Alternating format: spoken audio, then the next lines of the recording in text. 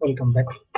আমরা আমাদের সার্চ নিয়ে বা কম্পাস নিয়ে কাজ করার কথা। তার আগে আমাদের কম্পাস ক্রিয়েট করতে হলে আমাদেরকে কম্পাস যেটা দিয়ে ক্রিয়েট করতে হবে সেটা ইনস্টল করতে হবে, সেটা হলো গিট ব্যাশ। তো আমরা এখন গিট ব্যাশ কিভাবে ইনস্টল করে সেটা দেখব। চলুন, আমাদের যেটা হলো এটা এটা ইনস্টল করার পরে আমরা রেস্ট অফ দা টিউটোরিয়ালগুলো দেখবো আস্তে আস্তে। চলুন আমরা গিট গিট ব্যাশ আগে ইনস্টল করে নিই।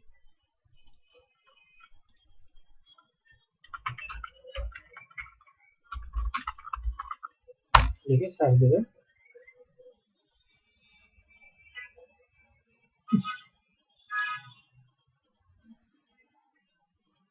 install git bash open patch করুন, ওপেন করি git command।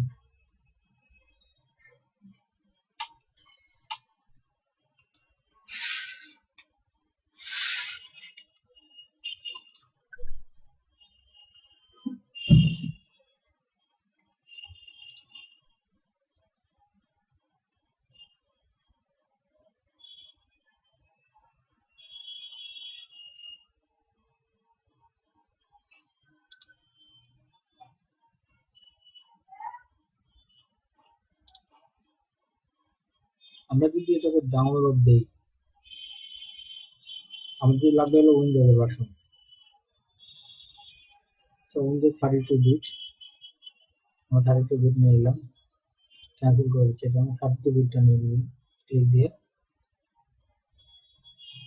দেখা যাচ্ছে এখানে 31 MB। তো আমাদের ধরে নিলাম যে ডাউনলোড হয়ে গেছে। ডাউনলোড হয়ে গেলে আমাদের ডাউনলোড ফোল্ডারে গেলে দেখতে হবে ডাউনলোড আমার আগে ডাউনলোড করা ছিল। এই 32 বিটের গিট ব্যাশ, এটা আমি ইনস্টল করবো। রান দিয়ে দিলাম।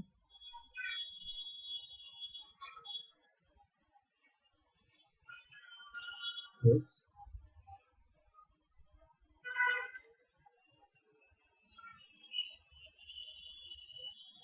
Next. Next. Use git from the window command prompt. Use git from the window command prompt. This is the safest choice as your path will not be modified at all. You will only be able to use git command line tool from the bash. So আমরা এটা use করবো। যদি আমরা use গিট from the window command line দিই, তাহলে আমরা command line থেকে চেঞ্জ করতে হবে, সিএমডি থেকে, সিএমডির মাধ্যমে।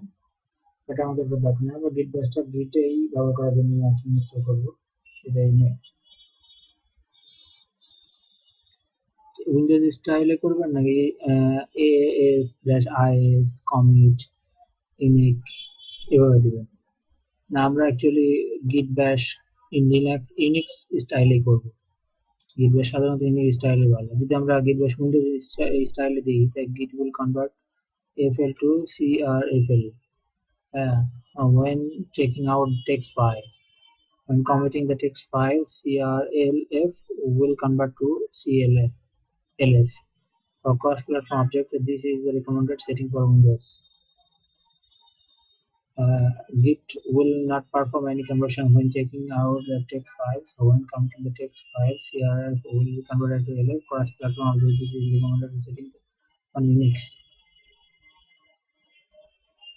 ওরা রিকমেন্ড করছে ইউনিক্স এর জন্য, চলেন আমরা এটাই সেটআপ দিই। কিন্তু আমি এর আগের বার এটাই দিয়েছিলাম, কাজ করতে সমস্যা হয়নি। চলেন এটাই দিই। Use mintty, use Windows console.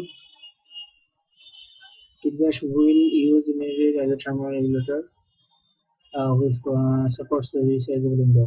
এটাই আমরা ব্যবহার করব। Enable the system caching.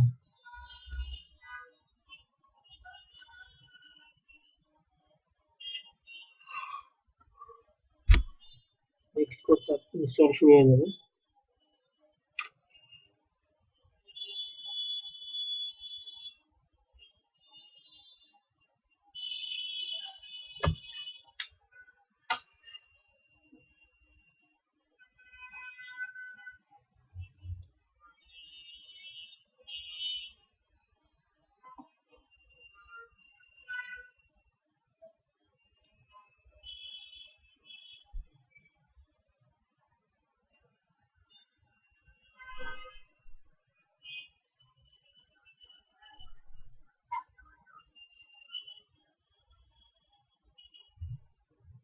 Install হতে থাকুক।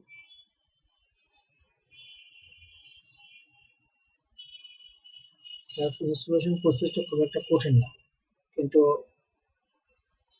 যখন কমান্ড লাইনের কথা আসে বা গিটের কথা আসে তখন একটু কঠিনই মনে হয়। এই জন্য আসলে ধৈর্য ধরে বানানো বা দেখানো। আদারওয়াইজ অন্য ইএক্সি ফাইলের মতো হলে আপনি ক্লিক দিলেন ইনস্টল হয়ে গেল, সমস্যা হতো না।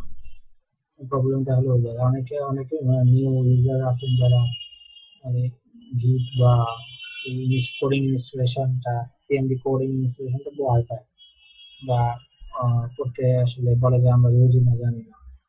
এই কারণে আমার এই আর কি ছোট প্রয়াস। লঞ্চ করে দেখি একবার কি আসলে দেখুন।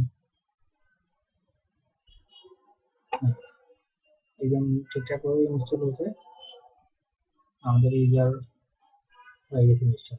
তো যখন গিট ব্যাশ ইনস্টল হয়ে গেল তখন তো আর আমাদের কোনো কাজ বাকি থাকে না সার্চ নিয়ে কাজ করার জন্য। তো চলুন আমরা নেক্সট পরবর্তী যে